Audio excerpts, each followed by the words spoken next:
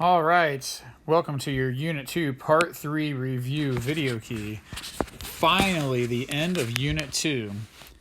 Okay, so on the first page, to try to save us some time, I've already shown all of these methods on the other pages, so I'm going to skip these problems.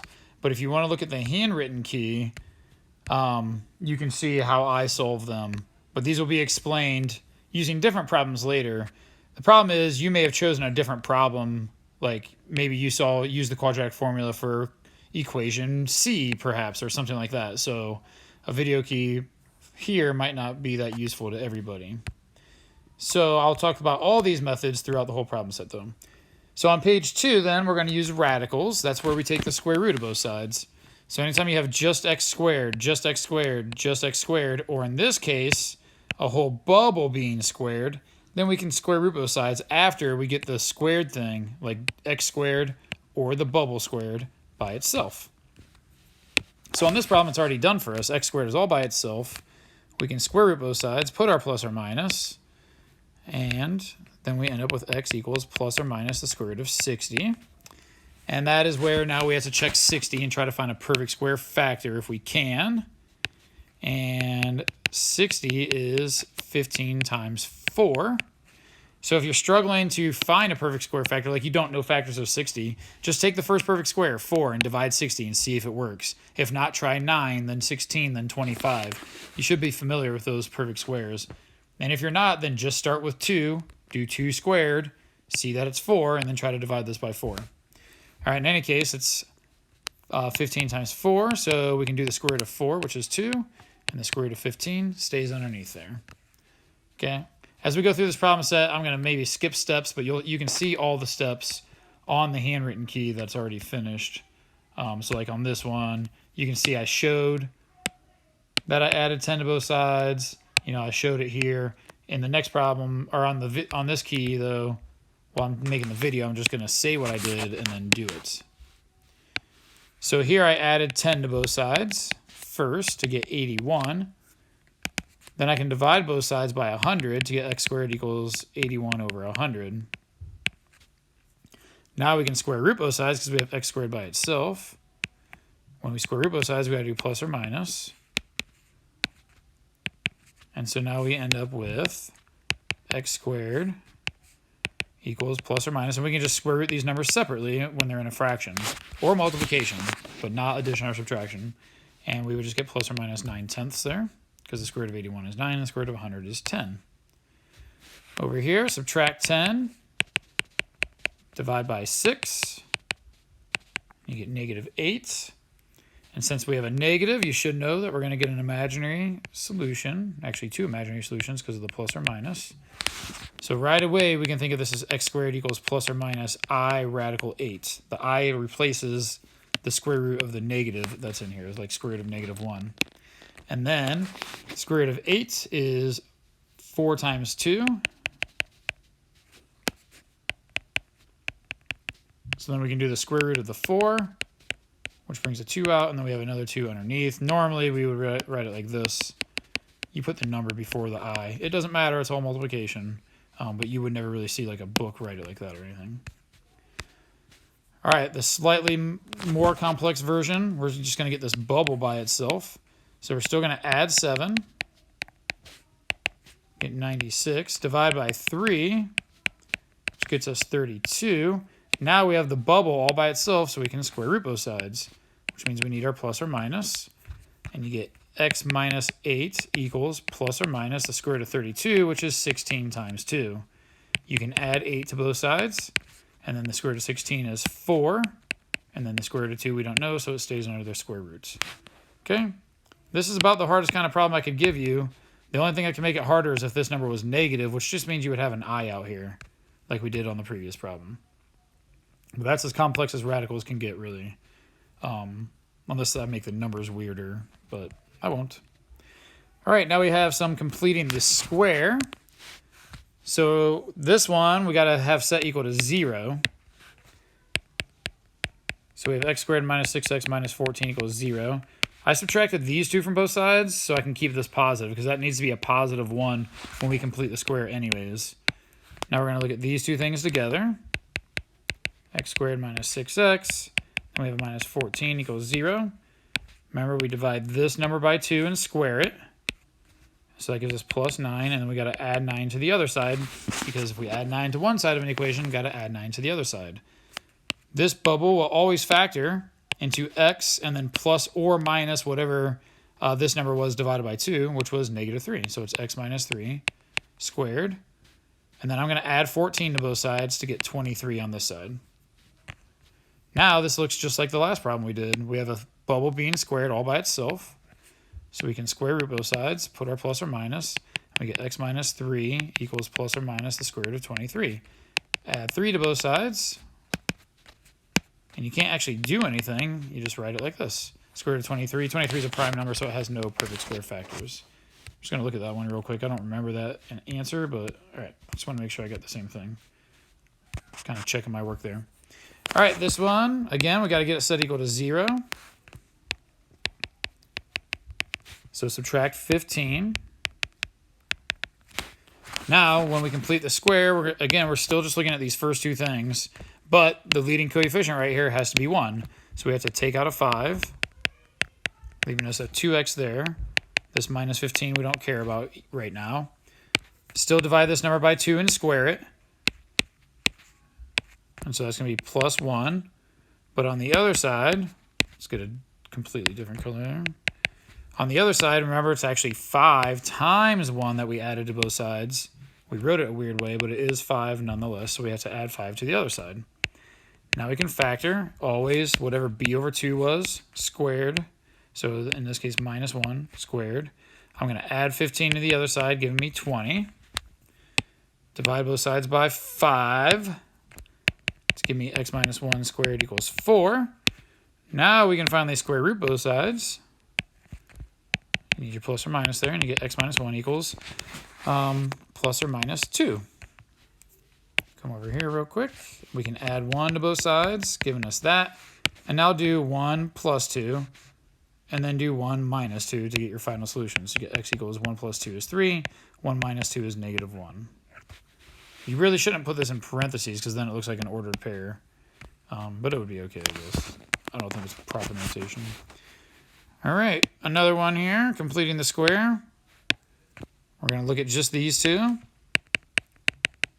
going to do something slightly different here. I'm going to subtract 100 from both sides right now. Just going to get it to the other side, get it out of there completely. Divide this number by 2 and square it. It's going to be negative 9 squared is 81. So add 81 to both sides. And then that means this factors into x minus 9 squared, because that divided by 2 was negative 9. That's just a shortcut to know this number. You can just factor this like normal. What two numbers multiply to get that and add to get that. Equals negative 18. Square root both sides. Plus or minus. X minus 9 equals plus or minus. I'm going to bring the I out right now, because we have square root of a negative. Add 9. And then 18 is 9 times 2, so we can bring out square root the 3, or square root the 9 to get a 3, and then we have the 2 underneath. So x equals plus or minus, or 9 plus or minus 3i radical 2.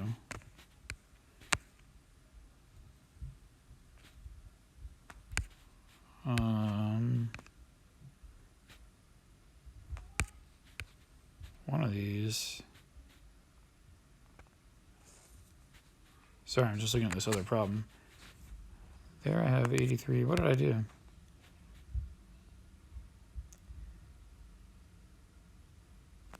That's the same problem, right? So looking at the handwritten key, let's see. I completed the square and added 81, so I added 81 to this side, which is 83. And then minus 17, or minus 100 gives me negative 17. Which seems like... Oh, I just added these wrong. That should have been negative 17. That just means we couldn't have simplified that. Sorry about that. So this should be negative 17. That just means we don't need this line. And this number right here should have just been 17. We can't actually simplify that. Sorry, I was going really fast trying to get this video done for you guys and make it so you don't have to watch a 45-minute video. All right, so, so completing the square here. Now on this one, we have x squared plus x. I'm going to add the 156 to both sides.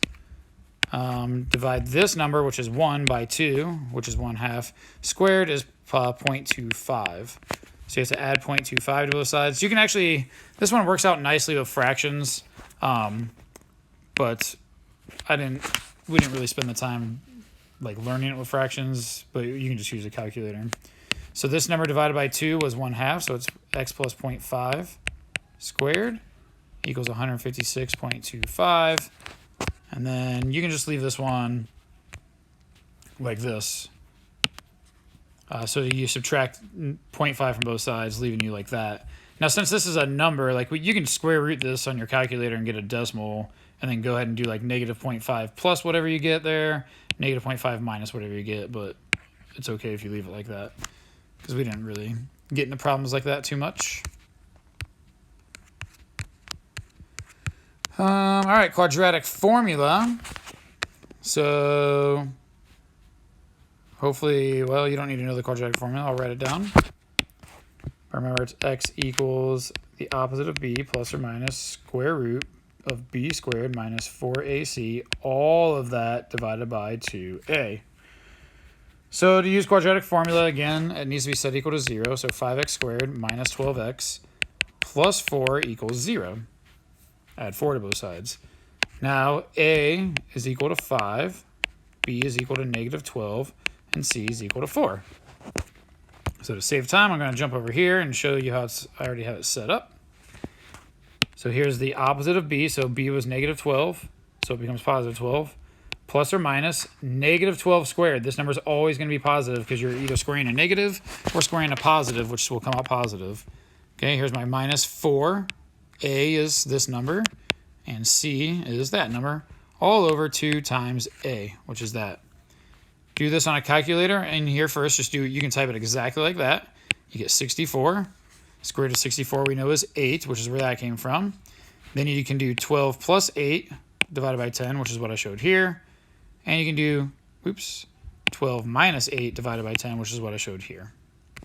Okay? And then I think I'm just going to keep showing you these problems on here. This is just all about plugging things into a formula. Here we have already set equal to 0. So this is my A value, which you can see right here. B is negative 7, and C is positive 2. So B is negative 7, so you put positive 7 here, plus or minus the square root of negative 7 squared, which will be positive, minus 4 times our A value, which is negative 2, times our C value, which is 2. All over 2a. A is negative 2 again. Again, you can just type this exactly like that is on a calculator. We get 65. Since that's not a perfect square, and we can't actually reduce that at all, you just leave it like that. Okay. Number 7, already set equal to 0 again. So A is 4, B is negative 4, C is positive 1. So the opposite of B is 4, plus or minus b squared, which again will be positive, minus 4 times our A value times our C value, all over 2 times our A value, which is right there. Simplify this, and we get 0. Remember, when you get 0 down here, you only get one solution because plus or minus 0 is the same thing. So you just get, this is like gone basically. You just get 4 over 8, and 4 over 8 is 1/2. And then here's one where we get an imaginary solution. So notice how there's nothing with an x here. Like here we have something with x. There's nothing with x here. That means b is 0. So a is 9. B is 0 because there's nothing there with x. And then c is 4. So the opposite of b, so negative 0, which doesn't make sense, but you just put 0 there. Plus or minus 0 squared minus 4 times our a value times our c value. That is negative 144. Oh, all over 2a, don't forget. And so square root of negative 144, you should know is 12i. And we still have our plus or minus there. And then these two numbers, since there is no third number out here, you only need to reduce these two numbers, which are both divisible by 6, which is where that answer comes from, 2, with the 2 and the 3. Okay. And then we have adding complex numbers. Again, I'm just going to look at the key here where it's already worked out for you and just explain what I did. So all you do is when we're adding, you just take the things that have i's in them and combine them. So it's negative 7i minus 5i is negative 12i. And then you have 2, which you could do negative 12i plus 2 if you really wanted to. Technically, standard form is to put the part that doesn't have I in it first, which is called the real part, and then put the imaginary part second. Subtraction, same thing. You just got to be careful because you need to distribute the negative, which is why I have a negative 11 right here, but then a positive 5 right here because this negative times that negative. Then I added the green i's, which may give me 6i, and 8 minus 11 is negative 3. Multiplying is just double distributive property, aka foiling. So I did 3 times 1 and got 3. 3 times negative 3i is negative 9i. Then you do 7i times 1, which is 7i, and 7i times negative 3i, which is negative 21. Just do 7 times 3. And then I times I is I squared. I squared, though, we should know is negative 1. So this is actually negative 21 times negative 1, which is positive 21, which is where that comes from. And then we have negative 9i plus 7i is negative 2i. And then this 3 just stayed there.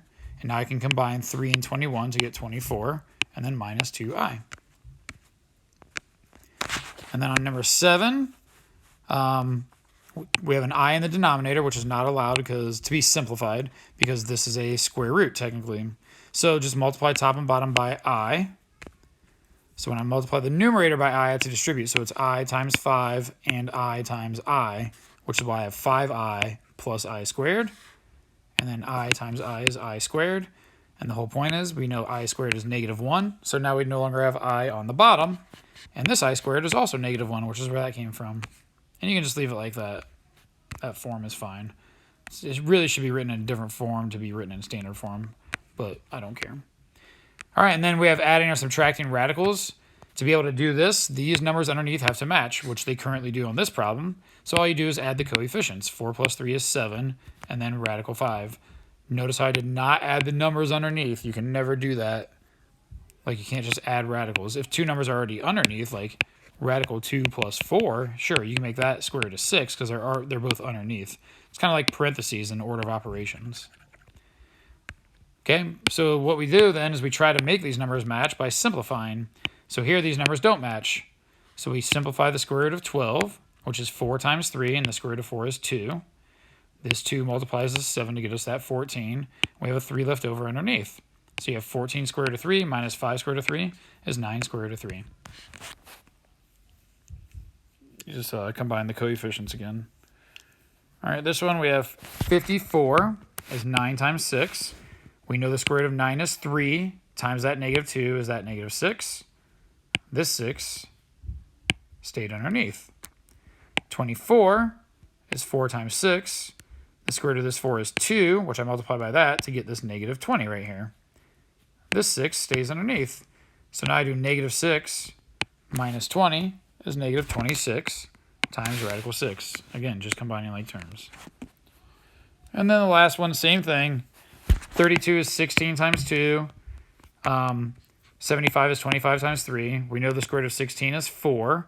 Multiply it by this 4 to get this 16. And then this 2 stays underneath. Square root of 25 is 5. Multiply by this 3 to get 15. This 3 stays underneath. But notice how these numbers don't match. So there's nothing you can actually do. You can't actually add them. I mean, you can do what we did here in orange, but then that's it.